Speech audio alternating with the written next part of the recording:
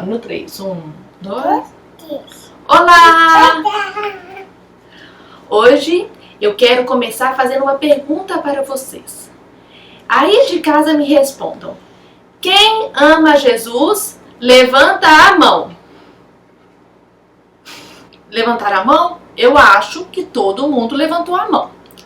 Agora eu quero saber qual é o tamanho do amor de vocês por Jesus.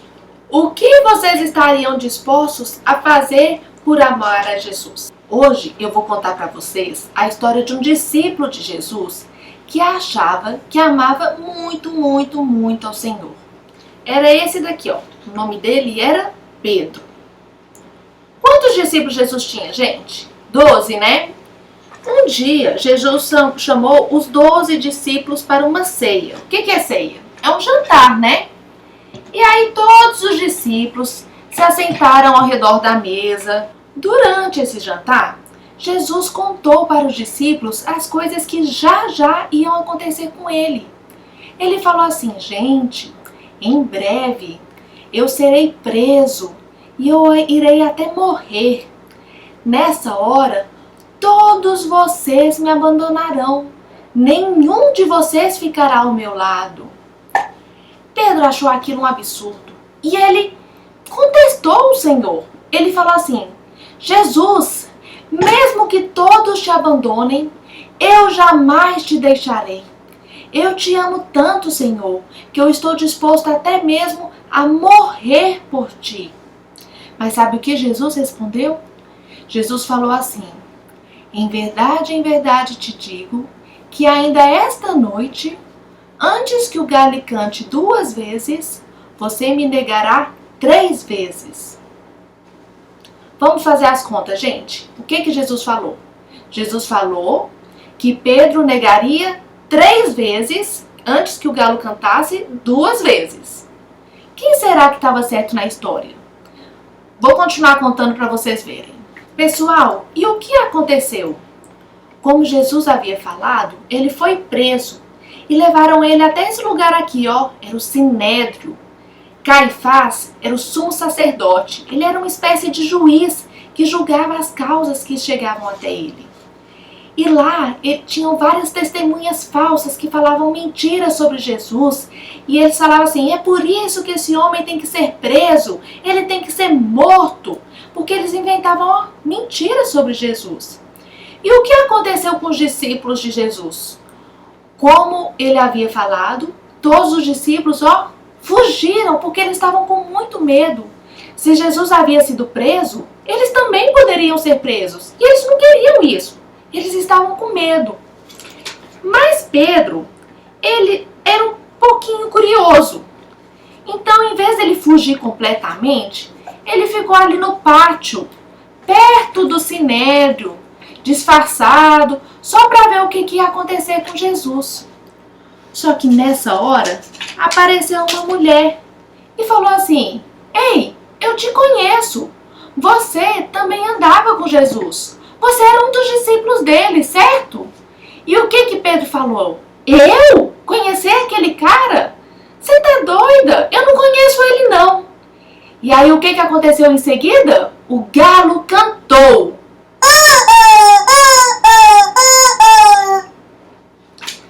Pedro ficou muito nervoso e até mudou de lugar. Mas ele continuava perto do Sinédrio, ele continuava aqui, ó. Ele foi para outro canto. E mais uma vez, uma pessoa apareceu até ele e falou, eu te reconheço, eu lembro de você. Você era um dos discípulos daquele cara que está sendo interrogado ali dentro, não é mesmo? Eu? De forma nenhuma, você está enganado. E logo em seguida, mais uma pessoa apareceu e falou, você é Galileu, eu te reconheço, você estava perto de Jesus, você era amigo dele. Nessa hora, gente, a Bíblia diz que Pedro jurou que nem conhecia Jesus e ele começou a praguejar. Vocês estão tudo doido. E aí, o que aconteceu pela segunda vez? Mostra pra gente, filha. O galo cantou pela segunda vez. A Bíblia diz que naquele momento, Jesus que estava aqui, dentro do sinédrio, olhou para trás e lançou um olhar para Pedro. E na hora, Pedro se lembrou de tudo que Jesus tinha falado.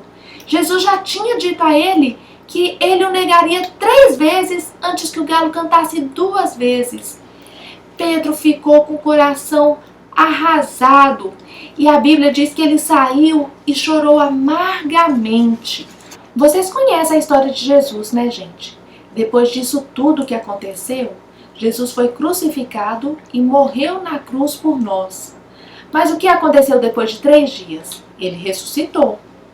E a Bíblia diz que depois que Jesus ressuscitou, ele apareceu algumas vezes para as pessoas que eram próximas dele.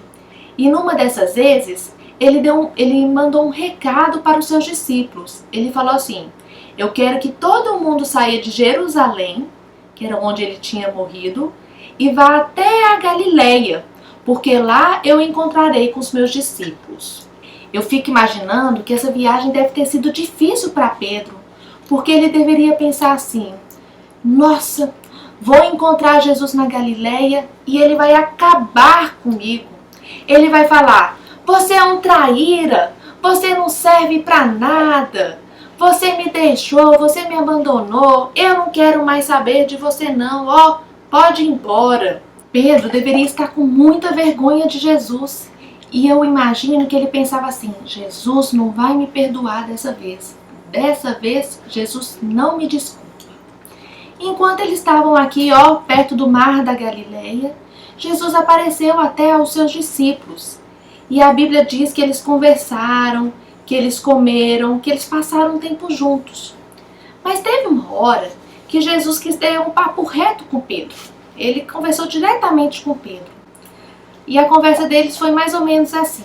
Jesus perguntou: Pedro, tu me amas? Sim, Jesus, o Senhor sabe que eu te amo. Então apacente as minhas ovelhas.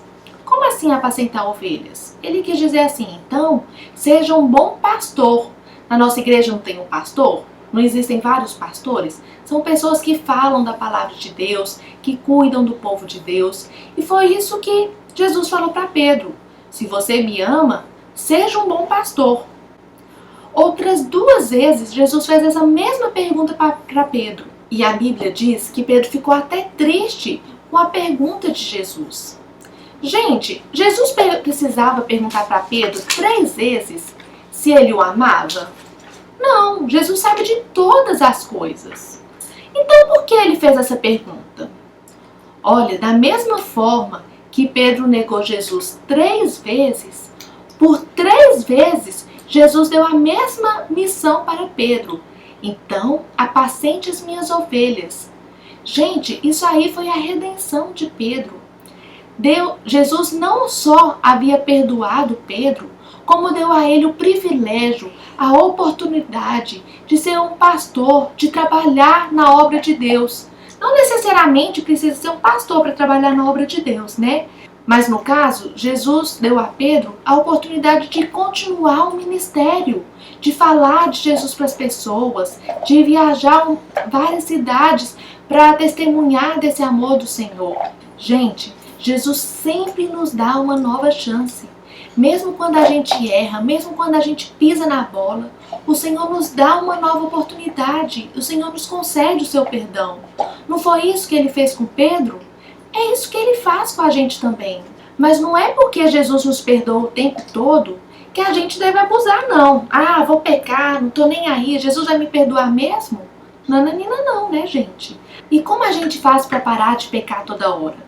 A gente tem que ficar mais próximo de Deus. Quanto mais pertinho a gente anda do Senhor, mais fácil fica da gente controlar os nossos pecados. Criança ora? Criança lê a Bíblia? Sim, gente, quando eu era criança, assim que eu aprendi a ler, eu lia a Bíblia todo dia em casa. Às vezes eu achava um pouco difícil de entender, mas Deus falava comigo mesmo assim. E você aí em casa? Quem aí já sabe ler? Samuel, Miguel, Caleb, eu sei que tem uma turma grande aí que já sabe ler da nossa igreja. Como vocês têm gastado os dias de vocês nessa quarentena? Alguém já parou para ler a Bíblia? Quem não sabe ler? já assistiu algum vídeo cristão na internet? Algum vídeo, alguma historinha? É assim, gente, a gente tem que nos esforçar para aproximar cada dia mais do Senhor. E quanto mais perto a gente fica dele, mais fácil é para a gente controlar os nossos pecados, controlar os nossos erros, mais amigo, mais próximos nós nos tornamos de Jesus. E é isso que eu quero desafiar vocês, hein? Gastar bem o seu tempo, aproveitar para conhecer mais a Jesus e fazer a obra dele. Então é isso, pessoal. Um beijo e até semana que vem. Tchau!